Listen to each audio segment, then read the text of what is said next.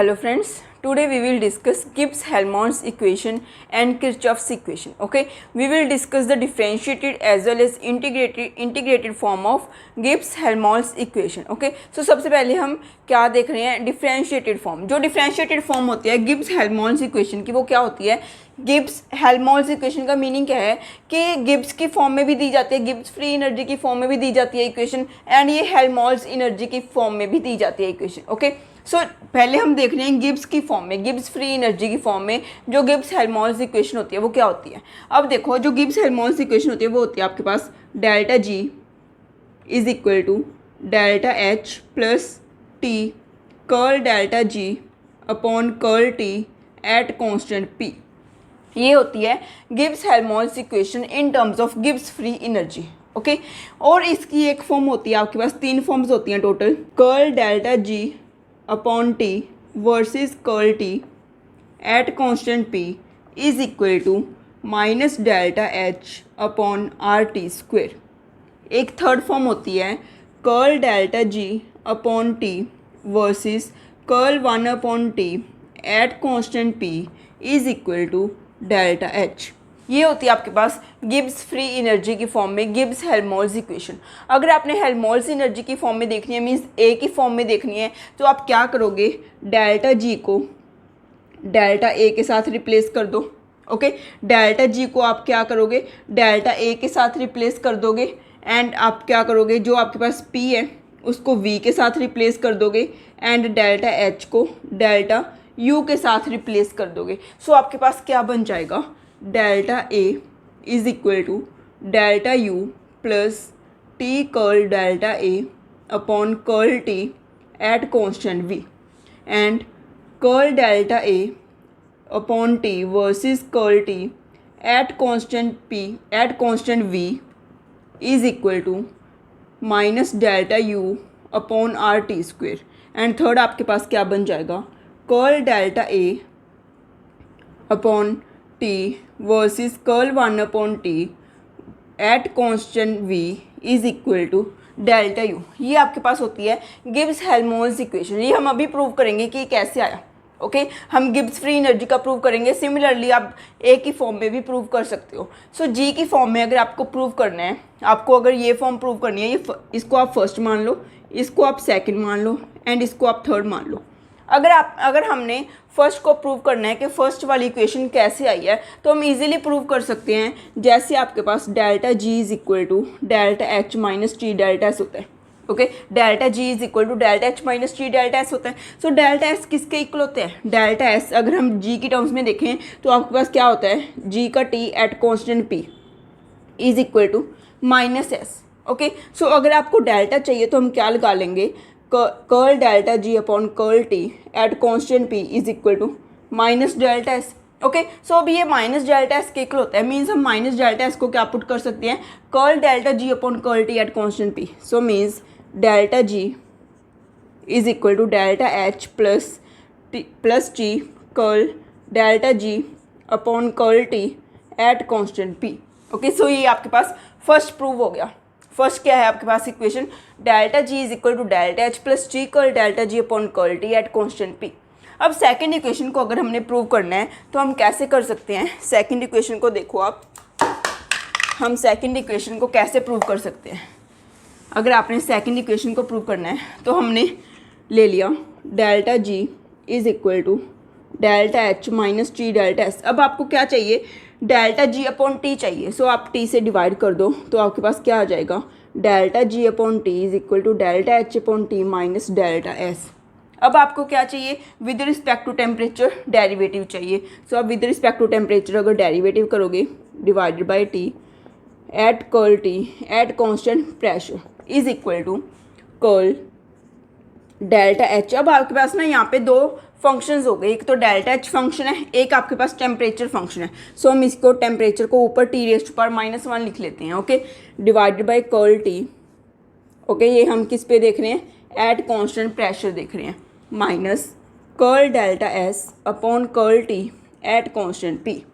अब ये देखो आप, अब अगर आप इसको डिफ्रेंशिएट करोगे तो कैसे करोगे, प्रोडक्ट के केस में। Okay, first function as it is differentiation of second function plus second function as it is differentiation of first function. So देखो ये क्या बन जाएगा, हमने डेल्टा एच को एज सच रख लिया। Okay, first function as it is differentiation of second function, T raise to power -1 की जो डिफ्रेंशिएशन होगी वो क्या होगी, नेगेटिव साइन, नीचे आ जाएगा आपके पास टी स्क्वेयर। ओके, -1/t² इसकी डेरिवेटिव होगा।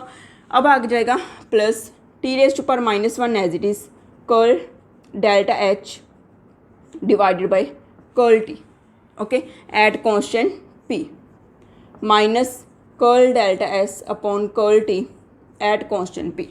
अब देखो ये आपके पास क्या है, ये 1/t है, T raise to power -1 means 1/t। Okay, so अब देखो ये जो आपके पास curl delta H upon curl T होता है, curl delta H upon curl T at constant P, ये किसके इक्वल होता है, curl delta H upon curl T at constant P किसके इक्वल होता है, डेल्टा सी पी, ये सी पी के इक्वल ही होता है, सी पी किसके इक्वल होती है, D Q P upon T. So D Q P upon T के इक्वल होता है C P. So C P किसके इक्वल आ गया, डी क्यू को हमने क्या लिख लिया, डेल्टा एच, वैसे भी हमने पहले किया हुआ है, curl delta H upon curl T at constant P किसके इक्वल होता है, डी सी पी के इक्वल होता है। सो हम इसको सी पी पुट कर सकते हैं, ये वाली टर्म क्या बन जाएगी, C P upon T. Similarly ये वाली टर्म देखो आप, minus curl delta S upon curl T at constant P. So आपके पास क्या होता है, जो डी क्यू होता है, डी क्यू किसके इक्वल होता है, टी डी एस के इक्वल होता है। Okay, D Q is equal to T D S, means आपके पास क्या है, curl delta S upon curl T है। अगर आप इसको with respect to temperature derivative करोगे तो आपके पास क्या आ जाएगा, C P upon T is equal to curl delta S upon curl T at constant P. वैसे भी हमें पता ही है, अगर आप देखो अगर डेल्टा एस को आप क्या पुट करो, ऊपर क्या है आपके पास, कर्ल डेल्टा एस किसके इक्वल होता है, आपके पास D Q is equal to T D S होता है। सो डेल्टा एस किसके इक्वल होता है आपके पास, डी क्यू अपॉन टी के। अगर आप यहाँ पे D Q upon T put करो तो means curl D Q upon curl T at constant P, वो किसके इक्वल होता है, सी पी। सो मीन्स ये वाली चीज़ किसके इक्वल बन रही है, सी पी अपॉन टी के इक्वल। ये वाली टर्म माइनस आ गई, ये minus C P upon T है, ये plus C P upon T है। सो ये दोनों टर्म्स क्या हो जाएंगी, कैंसिल हो जाएंगे। ओके, सो आपके पास क्या बच गया, curl delta G upon T versus curl T, आपके पास क्या आ गया, minus delta H upon T square, minus delta H upon T square. ये ना आपके पास यहाँ पे minus delta H upon T square होता है, आर नहीं होता, minus delta H upon T square होता है। ओके, सो यहाँ पे आपके पास क्या होता है, minus delta H upon T square, curl delta G upon T versus curl T at constant P is equal to minus delta H upon T square. Next देखो, थर्ड को अगर आपने प्रूव करना है तो थर्ड आप यहाँ से प्रूव कर सकते हो, सेकंड से आप थर्ड प्रूव कर सकते हो, सेकंड से ही आप थर्ड को प्रूव कर सकते हो। जैसे देखो आपके पास क्या आया था, curl delta G upon T versus curl T at constant P is equal to minus delta H upon T square. यहाँ पे क्या है आपके पास, -1 अपॉन टी स्क्वेयर है। सो अगर आप इधर लेके आओगे तो ये क्या बन जाएगा, minus T square, means minus T square curl delta G upon T divided by curl T at constant P is equal to delta H. Okay, so ये ऊपर माइनस टी स्क्वेयर है, अगर हम इसका रेसिप्रोकल करेंगे मीन्स माइनस टी स्क्वेयर को अगर हमने डिनोमिनेटर में लिखना है तो ये क्या बन जाएगा, -1 upon T square, means curl delta G upon T divided by -1 upon T square curl T at constant P is equal to delta H. Okay, so अब देखो ये जो नीचे ये वाली टर्म है, ये क्या है, -1 upon T square curl T, ये क्या है आपके पास, कर्ल ऑफ 1 अपॉन टी ही तो है। कर्ल ऑफ 1 अपॉन टी किसके इक्वल होता है, अगर हम देखें कर्ल ऑफ 1 अपॉन टी किसके इक्वल होगा, -1 upon T square curl T के इक्वल। सो हम इसको -1 upon T square curl T को क्या लिख सकते हैं, कर्ल ऑफ 1 अपॉन टी। सो हमने यहाँ पे क्या लिख लिया, curl of 1 upon T means आपके पास क्या आ गया, curl delta G upon T curl 1 upon T at constant P is equal to delta H. So ये होती है आपके पास तीनों की तीनों क्या है, ये differentiated form of Gibbs Helmholtz equation. So आपको ये तीनों इक्वेशन बिल्कुल टिप्स पे याद होनी चाहिए, काफ़ी इंपॉर्टेंट है, एग्जाम में क्वेश्चन आ जाते हैं। ओके, सो आपको याद होना चाहिए delta G is equal to delta H plus T curl delta G upon curl T at constant P and curl delta G upon T versus curl T at constant temperature is equal to delta h upon t square and curl delta g upon t versus curl 1 upon t at constant pressure is equal to delta h। अगर आपको ए के terms में चाहिए तो आप delta G को delta A put कर दोगे, पी को वी पुट कर दोगे एंड डेल्टा एच को डेल्टा यू पुट कर दोगे। अब हम देख रहे हैं गिब्स हेल्महोल्ट्ज इक्वेशन की इंटीग्रेटेड फॉर्म। ये काफ़ी इंपॉर्टेंट है, इंटीग्रेटेड फॉर्म ज़्यादा इंपॉर्टेंट है ये ना। अगर आपको आएगा डिफरेंशिएटेड फॉर्म, अगर आपको कोई क्वेश्चन आता भी है तो आपसे इक्वेशन ही पूछी जाएगी कि कौन सी इक्वेशन करेक्ट है। सो आपको तीनों इक्वेशन याद होनी चाहिए। और जो इंटीग्रेटेड फॉर्म पे क्वेश्चन आते हैं वो आपको न्यूमेरिकल बेस्ड जाते हैं। जैसे देखो इंटीग्रेटेड फॉर्म अगर हम करें तो इंटीग्रेटेड फॉर्म क्या बन जाएगी। अगर हम इंटीग्रेटेड फॉर्म देखें तो आपके पास क्या है, curl delta G upon T versus curl T at constant P is equal to minus delta H upon T square. Okay, so अब देखो इधर आपके पास अगर हम डी टी को इधर उधर ले जाएं तो इधर आपके पास क्या बन गया, curl delta G upon T is equal to minus delta H upon T square curl T.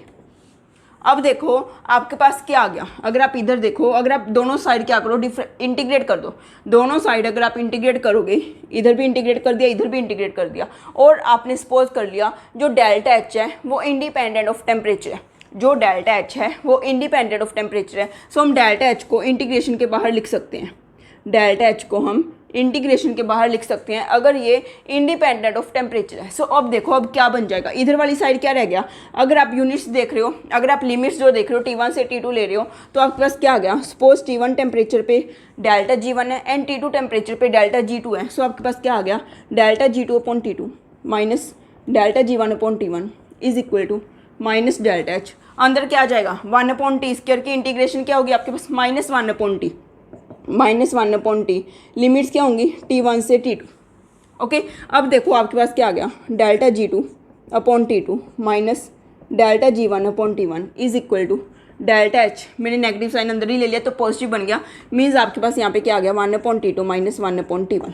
ये है आपके पास integrated form of Gibbs Helmholtz equation. Means अगर आपको एक टेम्परेचर पे डेल्टा G1 पता है तो आप दूसरे टेम्परेचर पे डेल्टा G2 निकाल सकते हो, प्रोवाइडेड आपको डेल्टा एच पता होना चाहिए। ओके, सो ये काफ़ी इंपॉर्टेंट है। Delta G2 upon T2 minus delta G1 upon T1 is equal to delta H 1 upon T2 minus 1 upon T1। आपको ना मेन दिक्कत पता है कहाँ पे आती है, मेन दिक्कत हम यहाँ पे कंफ्यूज हो जाते हैं कि ऊपर हमें पता है क्या क्या लगता है कि ऊपर क्या होगा, T2 minus T1 upon T1 T2, हम अक्सर यही लिखते हैं। बट यहाँ पे क्या है आपके पास, T1 minus T2 upon T1 T2 है। Okay, T1 minus T2 upon delta H T1 minus T2 upon T1 T2। यहाँ पे क्या है आपके पास, delta H into T1 minus T2 upon T1 T2 है।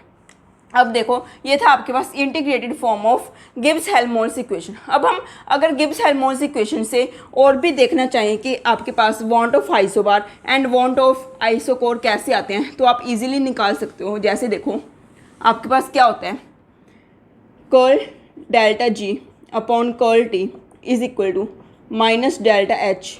यहाँ पे क्या होता है आपके पास, curl delta G upon T versus curl T at constant pressure is equal to minus delta H upon T square, ये होता है। ओके, अगर आपने इन टर्म्स ऑफ अगर आपको कोई भी रिएक्शन दी हुई है, ओके, वो क्या है, इक्विलिब्रियम पे है, तो उसका जो इक्विलिब्रियम कांस्टेंट होगा उसको हम मान लेते हैं के इक्विलिब्रियम है। अगर उसका कांस्टेंट, अगर उसका इक्विलिब्रियम कांस्टेंट के इक्विलिब्रियम है तो डेल्टा जी किसके इक्वल होता है, delta G is equal to minus R T ln of K equilibrium. Delta G C के इक्वल होता है ना, minus R T ln of K equilibrium. अब अगर आप डेल्टा जी की वैल्यू यहाँ पे पुट करोगे तो आपके पास क्या आ जाएगा, curl ln K equilibrium upon curl T at constant P is equal to minus minus तो कैंसिल ही हो जाएगा, आपके पास यहाँ पे क्या आ जाएगा, delta H upon R T square. ये क्या था, टेम्परेचर था ना, ये टेम्परेचर से कैंसिल हो गया था। सो आपके पास अकेला आर ही बचा था, आर हम नीचे ले आए। सो आपके पास क्या आ गया, curl ln K equilibrium upon curl T at constant P is equal to delta H upon R T square. इसको हम बोलते हैं van't Hoff isobar. Van't Hoff isobar, isobar क्यों है, क्योंकि ये एट कांस्टेंट प्रेशर है। एट कांस्टेंट प्रेशर अगर आप देख रहे हो, curl ln K equilibrium upon curl T अगर आप देख रहे हो तो वो क्या होता है, वांट ऑफ आइसोबार होता है। अगर आप इसी को ही एट कांस्टेंट वॉल्यूम देखो वो हम बोल देते हैं वांट ऑफ आइसोकोर। ओके, अगर आप देखो curl ln K equilibrium upon curl T at constant volume is equal to delta U upon R T square. अगर आप एट कांस्टेंट वॉल्यूम लिख रहे हो तो आप डेल्टा एच को रिप्लेस कर दोगे डेल्टा यू से। ओके, सो आपके पास क्या आ गया, curl ln K equilibrium upon curl T at constant volume is equal to delta U upon R T square. इसको हम बोलते हैं van't Hoff isochore. Van't Hoff isochore.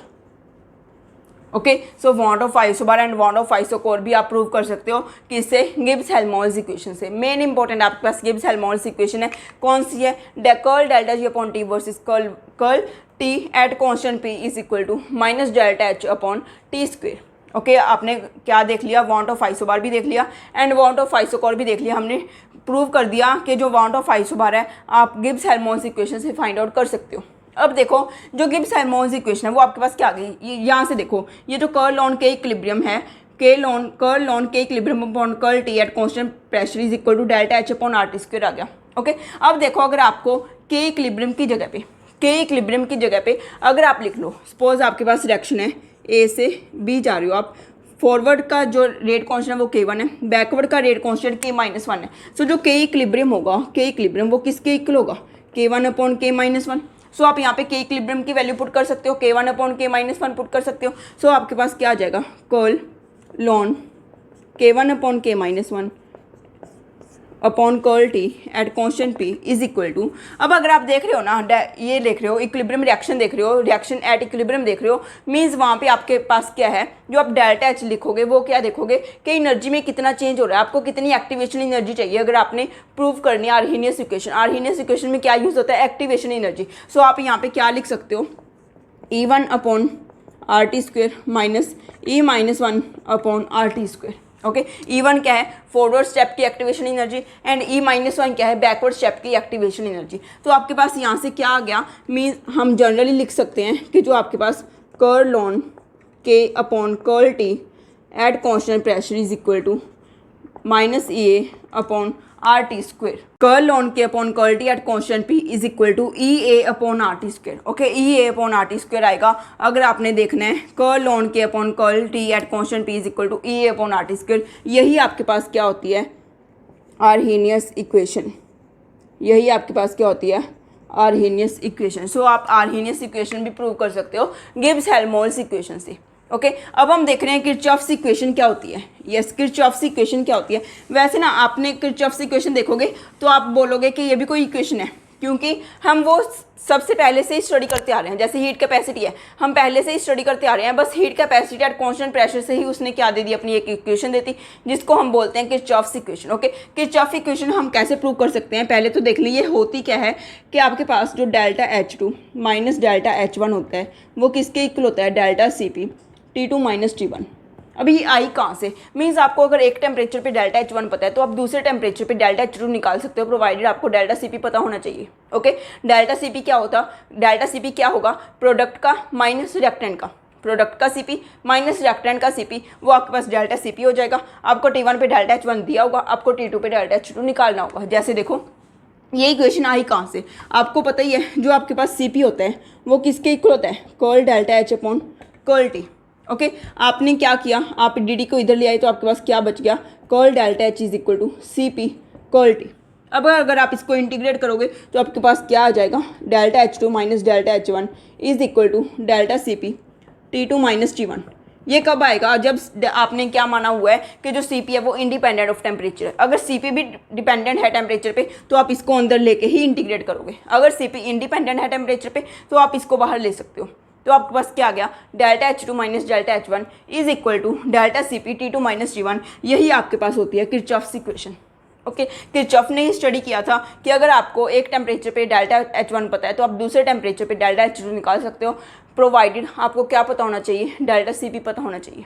Okay, सो आज हमने देखा Gibbs Helmholtz equation and Kirchhoff's equation. अब हम कर रहे हैं इनके previous year questions. Yes friend, ये क्वेश्चन देखो आप, the entropy at 10 Kelvin for a substance which follow dy/t³ law if the value of dy constant is 0.006। आपने बताना है एंट्रोपी क्या होगी, आपने एंट्रोपी की वैल्यू बताना है, आपको dy कांस्टेंट दिया हुआ है। सो ये किसका फॉर्मूला है, किसका क्वेश्चन है ये आज तो किया नहीं, किसका क्वेश्चन है ये, जब हमने किया था dy/t³ लॉ। dy/t³ लॉ क्या था कि जो आपके पास एंट्रोपी होती है वो किसके प्रोपोर्शनल होती है। यस, आपके पास एंट्रोपी क्या आई थी इन टर्म्स ऑफ dy/t³ लॉ, आपके पास एंट्रोपी आई थी delta S is equal to AT minimum cube divided by 3। T minimum क्या होता है, वो वाला टेम्परेचर जिस टेम्परेचर तक आपका जो Cp होता है वो टेम्परेचर का फंक्शन होता है। जो Cp होता है वो टेम्परेचर का फंक्शन होता है, तब तक आपके पास जो डेल्टा एस होती है वो किसके इक्वल होती है, A T minimum cube divided by 3। अब ए क्या है यहाँ पे 0.006, टी मिनिमम क्या है 10 केल्विन, 10 केल्विन है, क्योंकि आपको बताया हुआ है कि 0 से लेके 10 केल्विन तक अगर इसके बीच में टेम्परेचर है तो उसकी रेंज में जो ए की वैल्यू होगी डी बाई कॉन्स्टेंट होगा वो क्या होगा 0.006। सो आपके पास ए की वैल्यू पता है, टी मिनिमम पता है, डिवाइडेड बाई 3 करना है टी मिनिमम का क्यूब करके, वो आपके पास डेल्टा एस की वैल्यू आ जाएगी। ये भी पेपर में आया हुआ क्वेश्चन है पहले। ओके, सो देखो कुछ भी नहीं करना होता, बस आपको सारे फॉर्मूलाज याद होने चाहिए। नेक्स्ट देखो, ऐसा नहीं है कि आगे आगे करते जाओ पीछे वाला भूलता जाओ, पीछे वाला प्लीज़ रिवाइज किया करो। ओके, इस क्वेश्चन में देखो आपको दिया हुआ है ए की वैल्यू दी हुई है, ए की वैल्यू मीन्स हेल्महोल्ट्ज़ एनर्जी दी हुई है, A is equal to -a/3 V T raise to power 4। आपको एस एन पी बताना है, एस एन पी बताना है। ये बिल्कुल ही मीन्स फर्स्ट लेवल का क्वेश्चन है, फर्स्ट वीडियो का क्वेश्चन है जब हमने किया था बोन स्क्वायर। बोन स्क्वायर क्या बताता है कि जो एस एन पी होते हैं इन टर्म्स ऑफ हेल्महोल्ट्ज़ एनर्जी क्या होते हैं। यस, जो आपके पास एस होता है वो क्या होता है in terms of Helmholtz energy, curl A upon curl T at constant V. जो आपके पास पी होता है प्रेशर, वो क्या होता है curl A upon curl V at constant T. So ये आपको पता होना चाहिए। ओके, सो आपने सिंपली अब तो क्या करना है, अब तो आपको पता लग ही गया। अगर आपको नहीं पता था तो आप मीन्स वीडियोस अच्छे से नहीं देख रहे। सो प्लीज़ वीडियोस को अच्छे से ही देखा करो, स्किप करके देखने का कोई फ़ायदा नहीं है। इससे अच्छा तो आप क्यों टाइम वेस्ट कर रहे हो, देखो ही ना। स्किप करके बिल्कुल भी वीडियो नहीं देखनी चाहिए। अगर आपके पास नेट कम है तो थोड़ा बहुत लो क्वालिटी में देख लो, बट वीडियो ज़रूर पूरी देखा करो। ओके, क्योंकि मैं साथ साथ बोलती ही रहती हूँ, लो क्वालिटी पे भी इतना फ़र्क नहीं पड़ता, बट अगर आप स्किप करके देखोगे तो कुछ ना कुछ पॉइंट आपका जरूर मिस होगा बीच में। ओके, सो देखो एस की वैल्यू क्या है आपके पास, जो एंट्रोपी है वो क्या है curl A upon curl T at constant V. Curl A upon curl T means इसका अपने टेम्परेचर के साथ डेरिवेटिव करना है, वो क्या आ गया आपके पास -4a/3 we T cube. Okay, and अगर आपको पी की वैल्यू चाहिए, पी की वैल्यू क्या आ जाएगी, P is equal to -AT4 divided by 3। देखो बिल्कुल ही आसान क्वेश्चन है, बट आपको सारी ट्रिक्स याद होनी चाहिए। मैंने तो आपको सारे फॉर्मूलाज की आपको ट्रिक्स करवाई हैं, जितनी भी हमने इक्वेशंस की हैं सभी की ही अब मैंने कुछ ना कुछ जितना भी हो सकता था, जितना भी मीन्स मैं बना सकती थी या फिर मुझको आती हैं, वो मैंने आपको सभी बताई हैं। ओके, सो अब देखो नेक्स्ट क्वेश्चन में आपको क्या पूछा गया है, फॉर अ सेल रिएक्शन। इससे तो पक्का ही पता चल जाएगा आपको पीछे वाला याद है कि नहीं है। अगर आपको ये रिएक्शन दी हुई है और आपको ई का टी एट कॉन्स्टेंट पी दिया हुआ है, कई तो ना यही भूल गए होंगे है ई क्या होता है। अरे ई हमने इलेक्ट्रोकेमिस्ट्री में किया था EMF. So curl E upon curl T at constant P आपको 1.45 इंटू 10⁻⁴ वोल्ट पर केल्विन दिया हुआ है। आपको एंट्रोपी चेंज बताना है। कई तो बिल्कुल ही मीन्स बेहोश हो गए होंगे कि ये क्वेश्चन कहाँ से आ गया, है ना। ये तो इलेक्ट्रो का क्वेश्चन है, बट यहाँ पे भी आ सकता है क्योंकि हमने एंट्रोपी चेंज पता करना है।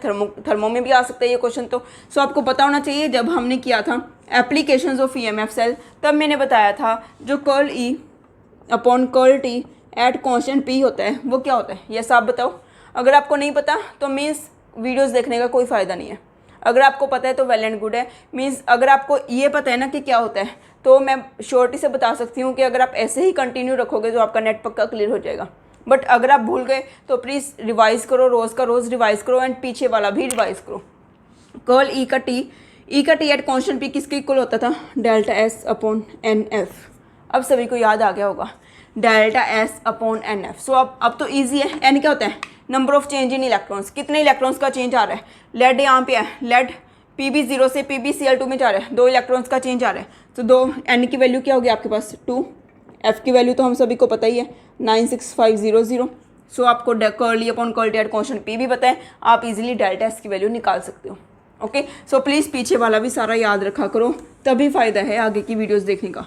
मैं तो लेके ही सीरीज़ में इसलिए आ रही हूँ सो दैट मीन्स किसी को भी ये ना लगे कि पीछे वाला कंसेप्ट नहीं आता तो हम ये कैसे करेंगे, तभी सारा कुछ सीरीज़ में आ रहा है। ओके, ये हमारा थर्मो भी एक वीडियो का ही आ गया, कल हमारा थर्मो भी पूरा हो जाएगा। ओके, यस नेक्स्ट क्वेश्चन देखो, C2H4O से बन रहा है CH4+CO। ओके, तीनों की तीनों क्या है आपके पास गैसेस ही हैं। आपको पता करना है, आपको डेल्टा एच नोट 298 दिया हुआ है। आपको टेम्परेचर पता करना है, वो वाला टेम्परेचर पता करना है जब डेल्टा एच क्या हो 0, और आपको CP भी दिया हुआ है। हर एक रिएक्टेंट का एंड प्रोडक्ट का आपको CP दिया हुआ है। सो आपने क्या करना है, delta H2 minus delta H1 is equal to delta CP T2 minus T1। जो आपको गिब्स हेल्महोल्ट्ज़ पे क्वेश्चंस आते हैं ना, वो जनरली आपको इक्वेशन ही बतानी होती है। मीन्स उसके ना बेसिकली जो क्वेश्चंस क्या आते हैं, आपको इक्वेशन ही बतानी होती है कौन सी इक्वेशन सही है। सो अगर आपको तीनों इक्वेशन याद है तो आप इजीली बता सकते हो कि कौन सी इक्वेशन करेक्ट है एंड कौन सी इक्वेशन इनकरेक्ट है। जो आपको क्वेश्चंस मेन आते हैं वो किरचॉफ्स इक्वेशन के आते हैं, जो न्यूमेरिकल्स आते हैं वो किरचॉफ्स इक्वेशन के आते हैं। अब देखो यहाँ पे आपको डेल्टा सी पी निकालना है, तो डेल्टा सी पी क्या होगा, delta C P is equal to product का सी पी माइनस रिएक्टेंट का सी पी। प्रोडक्ट कौन सी है, CH4 एंड CO। सो आपके पास 36 प्लस 30, ये क्या हो गया आपके पास प्रोडक्ट का कितना आ गया 66, एंड इसका क्या है आपके पास -50 रिएक्टेंट का। तो आपके पास डेल्टा सी पी क्या आ गया 16, किस में है, जूल्स पर केल्विन पर मोल में। यूनिट्स का हमेशा ध्यान रखा करो। डेल्टा H2 हमने पता करना है, सॉरी डेल्टा H2 आपको दिया हुआ है। जब आपका डेल्टा H 0 है तब आपने टेम्परेचर पता करना है। सपोज आपका डेल्टा H2 0 है, डेल्टा H1 आपको दिया हुआ है -16 किलो जूल है, इसको जूल में चेंज कर लिया, इज इक्वल टू 16। T2 आपको पता करना है -298। ओके, सो अब आप कैलकुलेशन कर लेना, आपके पास T2 आ जाएगा। कितना ही तो आसान क्वेश्चन है, इससे आसान और क्या होगा बताओ, इससे आसान और क्या होगा। सो T2 फाइंड आउट करना है आपको, ये क्वेश्चन पेपर में आया हुआ है पहले। नेक्स्ट क्वेश्चन देखो, आपको भी ये इक्वेशन ही दी हुई है। इसमें आपको बोला गया है N2 + 3H2 अमोनिया बन रहा है। N2H2 अमोनिया की आपको CP की वैल्यू दे दी गई है। डेल्टा H 25 डिग्री सेल्सियस पे बताया गया है। आपको ये बताना है कि 100 डिग्री सेल्सियस पे जो रिएक्शन होगी वो in comparison to 25 degree Celsius endo होगी या फिर एक्सो होगी। ओके, सो वो किससे पता चलेगा, अगर आपको 100 डिग्री सेल्सियस पे क्या पता लग जाएगा, 100 डिग्री सेल्सियस पे अगर आपको डेल्टा H की वैल्यू पता लग जाएगी तो आप इजीली बता सकते हो कि जो 100 डिग्री सेल्सियस पे रिएक्शन होगी वो in comparison to 25 degree Celsius endo होगी या फिर एक्सो होगी। सो आपको क्या करना है, delta H at 100 minus delta H at 25 is equal to delta CP 100 माइनस 25। ओके, सो अब देखो डेल्टा H 100 आपको चाहिए, डेल्टा H 100 आपको नहीं पता, माइनस डेल्टा H 25 कितना है -96 किलो जूल पर मोल है। सो आप यहाँ पे क्या लिखोगे -96,000 is equal to delta CP। अब आपको चाहिए डेल्टा CP क्या होगा, अमोनिया का 35.1 माइनस 28.8 माइनस 29.1। अब आपको ज़्यादा दिमाग नहीं लगाना, ये मत बोलना कि CP यहाँ पे 2 अमोनिया बन रहे हैं तो आपको इसको 2 से मल्टीप्लाई करना होगा एंड H2 वाली CP को आपको 3 से मल्टीप्लाई करना होगा। अरे जो हीट कैपेसिटी होती है वो तो हमने रिएक्टेंट की एंड प्रोडक्ट की देखनी है, मीन्स हमने उस मॉलिक्यूल की देखनी है। आपको अमोनिया की CP चाहिए, आपने ऐसा नहीं देखना कि 2 अमोनिया या फिर 1000 अमोनिया या फिर 2000 अमोनिया है। आपको सिर्फ और सिर्फ अमोनिया की CP लिखनी है, आपको उससे 2 से 3 से कुछ लेना देना नहीं है। ओके, सो आपको यहाँ से क्या पता लग जाएगा, डेल्टा CP पता लग जाएगा। डेल्टा CP आप यहाँ पे वैल्यू पुट कर दोगे, आपके पास डेल्टा H 100 आ जाएगा, डेल्टा H 100 आ जाएगा। सो अगर आप देखोगे जो डेल्टा H 100 होगा ना, जो डेल्टा H 100 होगा वो क्या होगा, कम होगा in comparison to delta H 25। Delta H 100 जो आएगा आपके पास वो कम आएगा in comparison to delta H 25।